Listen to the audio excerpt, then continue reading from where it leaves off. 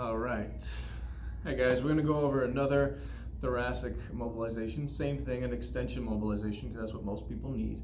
Another video we put on that we did when it's horizontal across your back this way. This one's going to be vertical. We're going to be lying on the foam roller directly. Okay.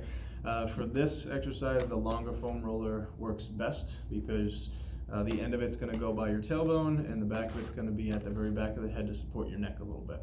All right. So we get that in place here. You're gonna lay on top of just right there. I like to put the very back of my skull on the top of the foam roller, so those really rough, uncomfortable areas of the spine, it kind of gives a little release there too, so it's comfortable. And it's called a crucifix stretch because you're gonna balance yourself, but everything's staying flat, feet flat on the floor, knees bent, and you're gonna take your arms and you come right out to the side. Some people that have shoulder pain might not be able to come straight across. They might have to come up a little further, and either way is okay. So this is really a stretch for the pecs, your chest muscle, and it's a global extension. So you're getting your entire thoracic spine to extend a little bit.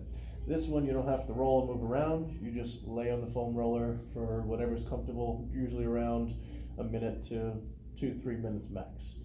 When your hands are out, some of you may feel some numbness tingling in your hands, and that's because there's nerves and blood vessels underneath your pec muscle. So when you stretch it out too long, you're just going to cut off the circulation there. It's not a bad thing. Just bring the hands back to center. Once the feeling comes back in your hands, you can go back out for another stretch.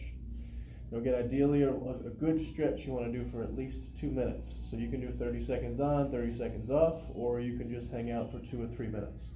If you want to do it longer than that, that's perfectly okay. Just pay attention to that numbness tingling and how you feel.